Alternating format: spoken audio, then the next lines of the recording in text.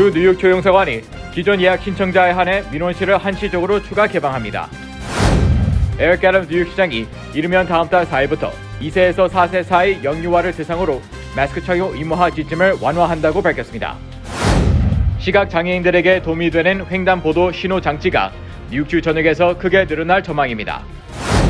지난 1월 뉴욕시 전철역에서 한 승객에게 인분 테러를 한 혐의로 체포됐다가 풀려난 노숙자가 이번에는 창밖으로 덤벨을 던져 다시 체포됐습니다. 우크라이나 초노브 원자력 발전소 인근 숲에서 크고 작은 화재가 잇따라 발생해 방사능 연기가 퍼질 수 있다는 우려가 제기됐습니다.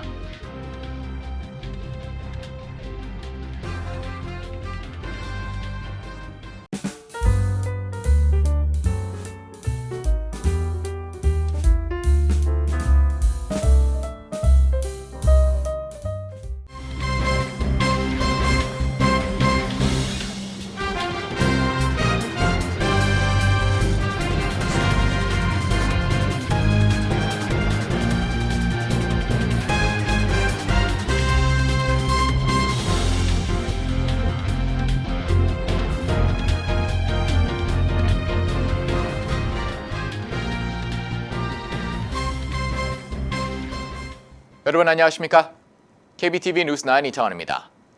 주 뉴욕 조영사관이 특정 업무로 필요하는 기존 예약 신청자에 한해 민원실을 한시적으로 추가 개방해 운영합니다. 첫 번째 소식 김은지 기자가 전합니다. 주 뉴욕 총영사관은 지난 21일 긴급한 업무 처리가 필요한 민원인들의 애로사항을 해소하고 장기화되고 있는 예약 대기 시간을 단축시키기 위해 오는 26일 오전 6시부터 오후 4시까지 민원실을 운영한다고 전했습니다. 이날 민원실 운영은 대기 공간의 과도한 인원 밀집을 예방하기 위해 영사민원 24를 통해 기존에 예약된 민원인을 대상으로 합니다. 또 이날 처리 가능한 업무는 긴급한 처리 필요성이 인정되는 공증이나 재외국민 등록 및 등본 발급, 가족관계 증명서 발급으로 제한합니다. 총영사관은 위의 요건을 충족하는 민원인에게 오는 26일 민원실 방문이 가능하다는 별도의 개별 안내 이메일을 오는 23일 오후에 통지할 예정입니다. 이에 26일 방문해 업무를 처리하는 경우 기존의 예약을 유지해야 할 특별한 사유가 없을 경우 기존의 예약건은 취소 처리됩니다. 또 민원인의 일정 등으로 인해 26일 방문이 어려운 경우에는 기존에 예약된 일정에 따라 민원 업무를 처리할 수 있습니다. 총영사관 측은 26일 당일 점심시간에는 민원실을 개방하지 않는다고 안내하고 오후 4시 이후에는 입장이 불가하다는 점도 전했습니다. KBTV 뉴스 김은지입니다. 에릭 애덤스 뉴욕시장이 뉴욕시 공립학교 학생들의 마스크 의무화 규정을 폐지한 지 2주 만에 5세 미만 영유아의 마스크 의무화 폐지 계획도 발표했습니다. 이는 최근 뉴욕시에서 코로나19 오미크론 바이러스의 변종이 증가하고 있는 가운데 나온 대책입니다. 계속해서 보도에 김은지 기자입니다. ABC 뉴스 등에 따르면 에릭 애덤스 시장은 성명서에서 뉴욕시의 코로나19 확진자가 계속해서 낮은 수준을 유지할 경우 오는 4월 4일부터 학교와 데이케어에 다니는 2세에서 4세 어린이에게도 마스크 착용을 강제하지 않겠다고 밝혔습니다. 즉, 원하는 학생만 마스크를 착용하는 것입니다. 애덤스 시장은 유치원부터 12학년까지 공립교 학생들에 대한 마스크 의무화를 폐지한 지 2주가 지났다면서 다행히 학교에서의 감염률이 낮은 상태를 유지하고 있다고 말했습니다. 그는 또 뉴욕시 공립학교는 팬데믹 이후 우리 아이들에게 가장 안전한 곳 중 한 군데였다면서 과학이 허용할 때만 규정을 없앨 것이라고 강조했습니다. 그러나 애덤스 시장은 마스크를 계속 착용하기 원하는 어린이나 교직원들을 위해서는 마스크를 계속 사용할 수 있도록 할 것이라고 덧붙였습니다. 한편 보건당국은 코로나 환자 숫자가 적다고 해서 팬데믹이 끝났다는 것을 의미하지는 않는다고 경고하고 있습니다. 이는 오미크론의 하위 변종 때문인데 뉴욕주 보건당국은 오미크론의 하위 변종이 현재 전체 신규 환자 중 42%를 차지하고 있으며 그 숫자가 증가하고 있다고 경고했습니다. KBTV 뉴스 김은지입니다. 소리와 진동을 활용해 시각장애인들에게 도움이 되는 횡단보도 신호 장치가 뉴욕주 전역에서 크게 늘어날 전망입니다. 전상희 기자의 보도입니다.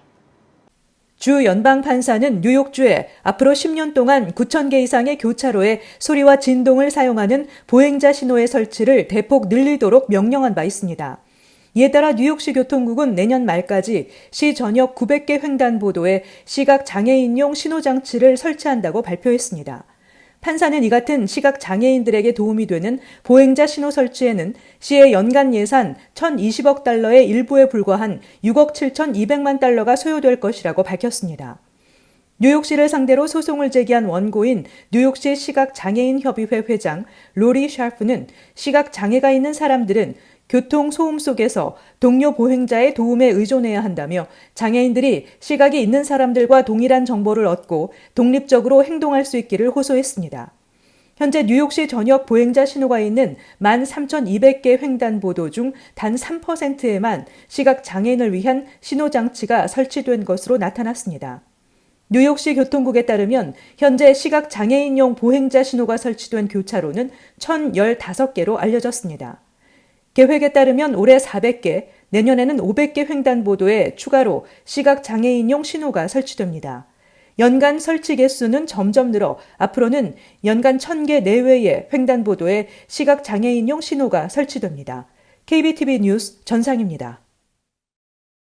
지난 2월 브롱스 전철역에서 한 여성 승객에게 인문 테러를 가했던 남성이 이번에는 건물 창문을 통해 운동기구인 덤벨을 던진 혐의로 경찰에 또 체포됐습니다. 김은지 기자입니다.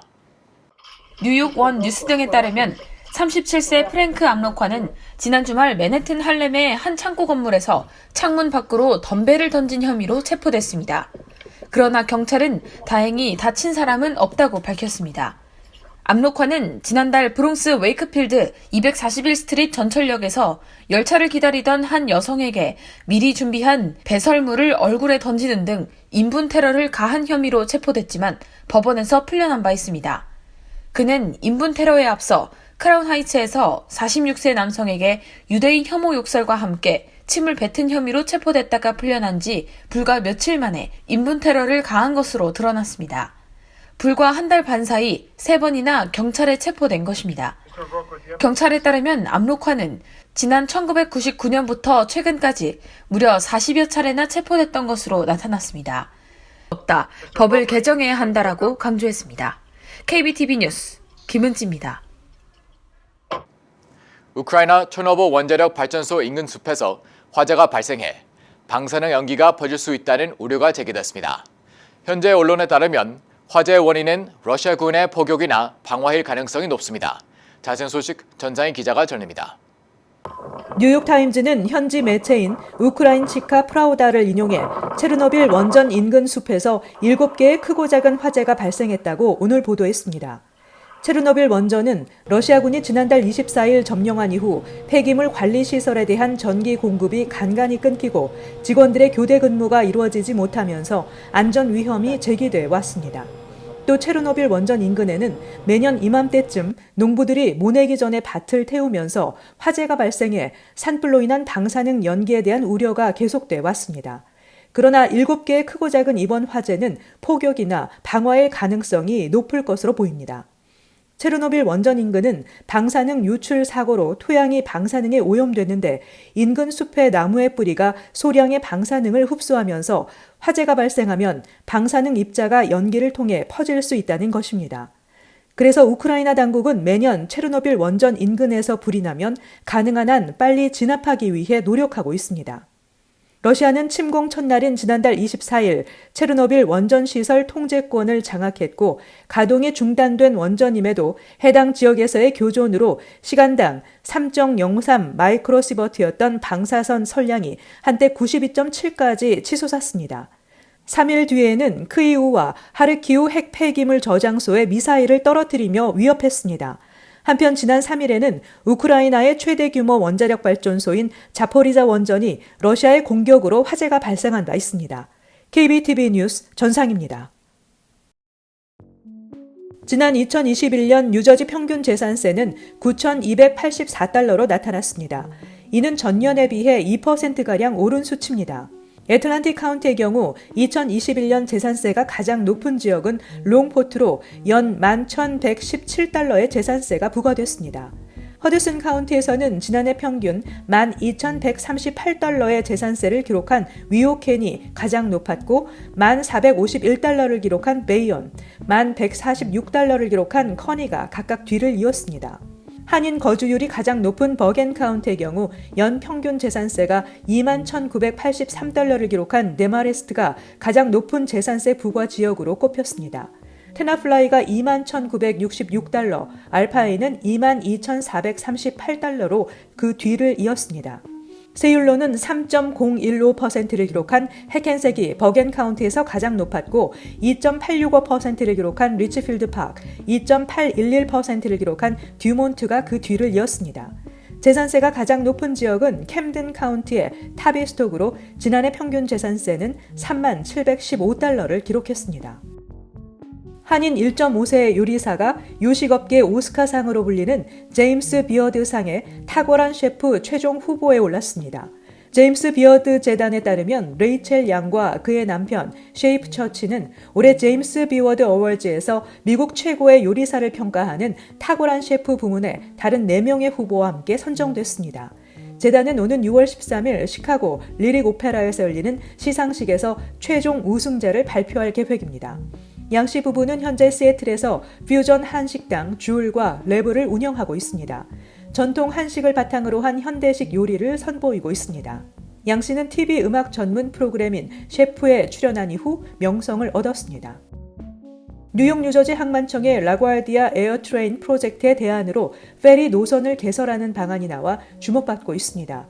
뉴욕 포스트는 도노반 리차드 퀸즈 보로장이 바오리 베이 또는 플러싱 베이에 선착장을 신설하고 맨하탄의 이스트 90 스트리트, 이스트 34 스트리트, 피어 11 선착장을 요구하는 페리 서비스를 제공하는 것에 적극적으로 찬성하고 있다고 보도했습니다. 그러나 일각에서는 페리 서비스의 재정적 어려움으로 실행 가능성에 의문을 제기하고 있습니다. 뉴욕시에 따르면 지난해 페리 이용객은 약 400만 명에 불과했습니다. 한편 중단된 에어트레인 신설 계획과 페리 서비스 외에도 다양한 방안들이 검토되고 있습니다.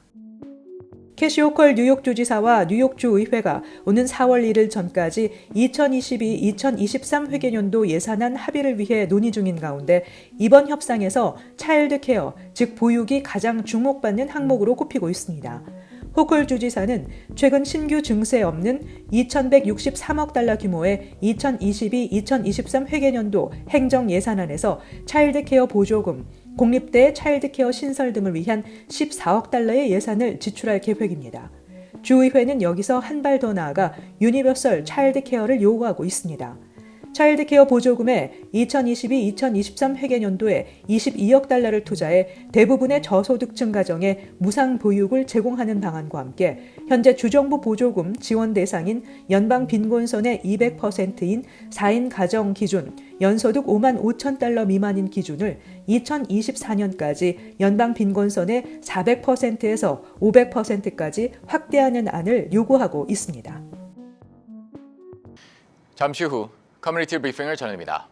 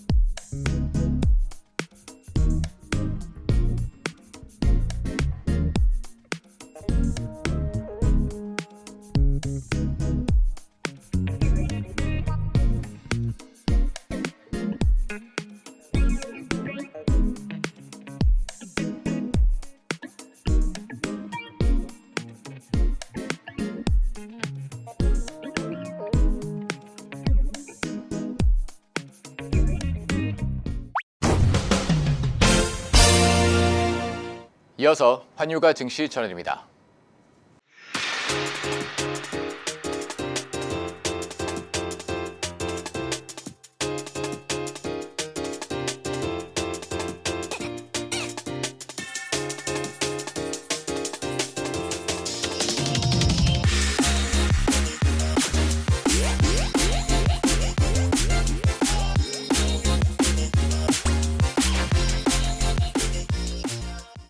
잠시 후 뉴욕과 뉴저지 날씨 전해드립니다.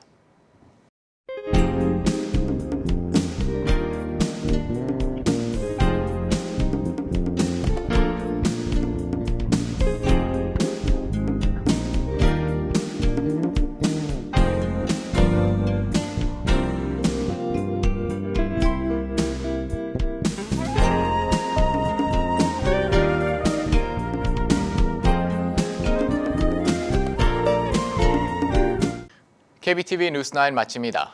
오늘도 시청해주셔서 감사합니다. 편안한 밤 보내시 바랍니다.